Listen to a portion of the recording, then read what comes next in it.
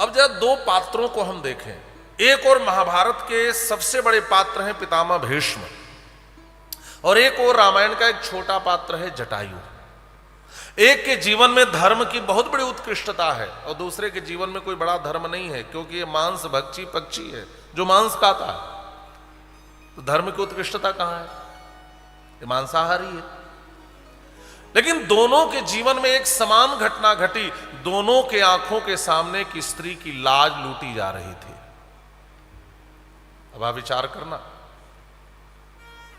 केश पकड़कर रजस्वला स्थिति में दुशासन भगवती द्रौपदी को घसीटते हुए भरी सभा में लाया।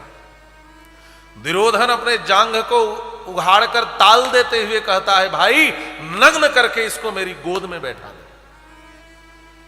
भगवती द्रौपदी रोने लगी, विलखने लगी, विशूरने लगी, विलाप करने लगी, करुण क्रंदन करने लगी, सबके आगे रोते हुए गई और दौड़कर पितामह भीष्म के चरणों में भी गिरी, मेरी रक्षा करो। लेकिन आप पाएंगे महाभारत के इस सबसे बड़े पात्र ने खड़े होकर के एक स्त्री की लुटती हुई लाज का विरोध नहीं किया। और दूसरी ओर रामायण की घटना देखें, वह दुर्दांत दुष्ट, वह रावण, जब भगवती भास्वती परांबा जगत जननी जगदीश्वरी श्री राम प्राण वल्लभा जनकाधिराज तनया उस जनक नंदिनी जानकी जी का अपहरण करके चला, और श्री जनक नंदिनी जानकी भी रोने लगी, विलखने लगी, विसूरने लगी, पुकारने लगी, हा जगबीर एक रघुराया कही अपराध विसार उदाया, हा लक्ष्मण तुम्हार नहीं दोषा सो फल पायो किन्हीं रोसा। हे आर्य पुत्र देखो देखो, तुम्हारी बल्लभा को यह दुर्दांत दुष्ट रावण अपहरित करके ले जा रहा है, मेरी रक्षा करो। हाय मेरे लाडले देवर, मेरी लाज की रक्षा करो, यह दुष्ट रावण मेरा अपहरण करके ले जा रहा है। हे वन के देवताओं, हे तीनों लोकों के साक्षी भगवान भुवन भास्कर, मेरी रक्षा करो। उस समय भी कोई नहीं आया, लेकिन जब रोती विलखती जानकी जी की आवाज इस गीधराज जटायु के कर्णपुटों में प्रविष्ट हुई, तो इस गीध ने पहला शब्द बोला, सीते पुत्री कर सजनी त्रासा करियहूं जात उधान करना सा। बेटी तू डर मत, रो मत, मैं आता हूं तुम्हारी रक्षा करूंगा। और महर्षि वाल्मीकि ने तो यहां लिखा है, श्री जटायु जी ने रावण के रास्ते को रोक लिया।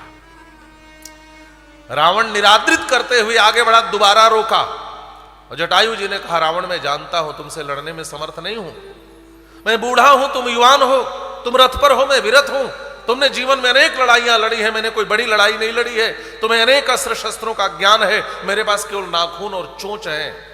लेकिन याद रखना रावण, फिर भी तुम श्री सीता को मेरे आंखों के सामने नहीं ले जा सकते, मैं तुमसे जीत नहीं पाऊंगा। वृद्धो हम तुम युवा धनवी सरता कवची सरी, मैं बूढ़ा हूं, तुम जवान हो, तुम रथ पर हो, मैं विरत हूं, तुम कवच पहने हो, मेरे शरीर पर कुछ नहीं, अनेक अस्त्र शस्त्र है, कुछ भी नहीं है।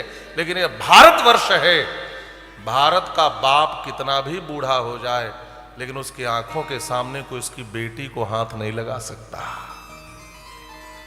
और महर्षि वाल्मीकि लिखते हैं, जटायु जी यह जानते हैं कि जीतना संभव नहीं है, फिर भी तस्य तीक्ष्ण नखाभ्याम तु चरणाभ्याम महाबलः। महर्षि वाल्मीकि लिखते, अपने तीक्ष्ण नख और अपने चंचू का प्रहार किया है जटायु जी ने, और ऐसी लड़ाई लड़ी, ऐसी लड़ाई लड़ी कि रावण को भी 2 मुहूर्त तक मूर्छित करके धरती पर गिरा दिया, मूर्छित करके।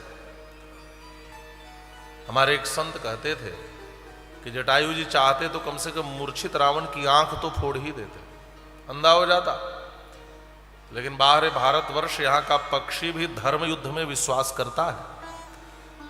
मूर्छित रावण पर जटायु जी ने कोई प्रहार नहीं किया, होश में आने की प्रतीक्षा की है।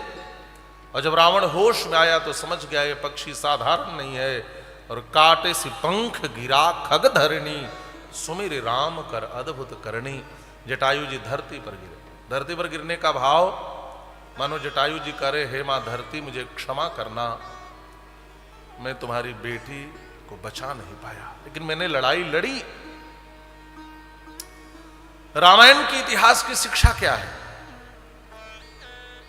रामायण का एक छोटा पात्र भी एक स्त्री की लाज की रक्षा के लिए अपने प्राणों को आहुति दे देता है महाराज, प्राणों की। ये रामायण की शिक्षा है। इसलिए हमारे आचार्य कहते हैं कि हमें रामायण की कथा सुननी चाहिए। इतिहास श्रेष्ठे न श्री रामायणे न, महाभारत और रामायण की बात की जाए तो रामायण श्रेष्ठ इतिहास है। इतना ही नहीं,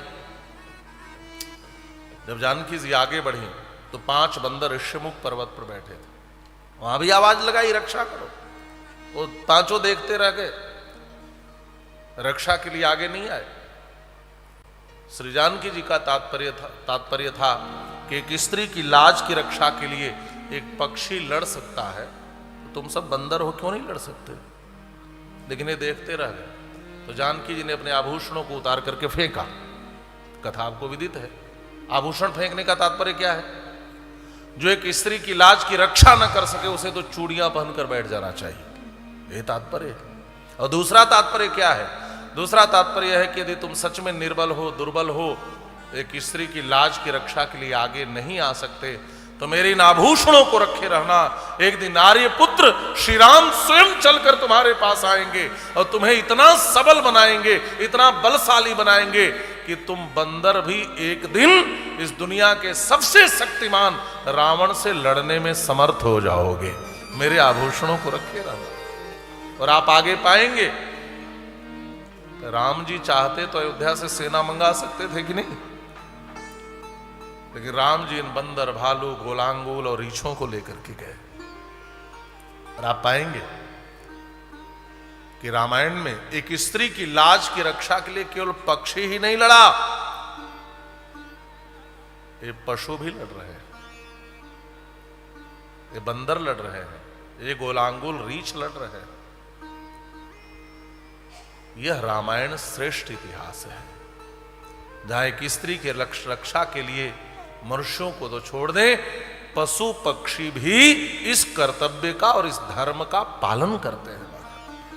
जहां एक छोटा से छोटा पात्र भी अपने धर्म का पालन करता है, वह रामायण श्रेष्ठ इतिहास है।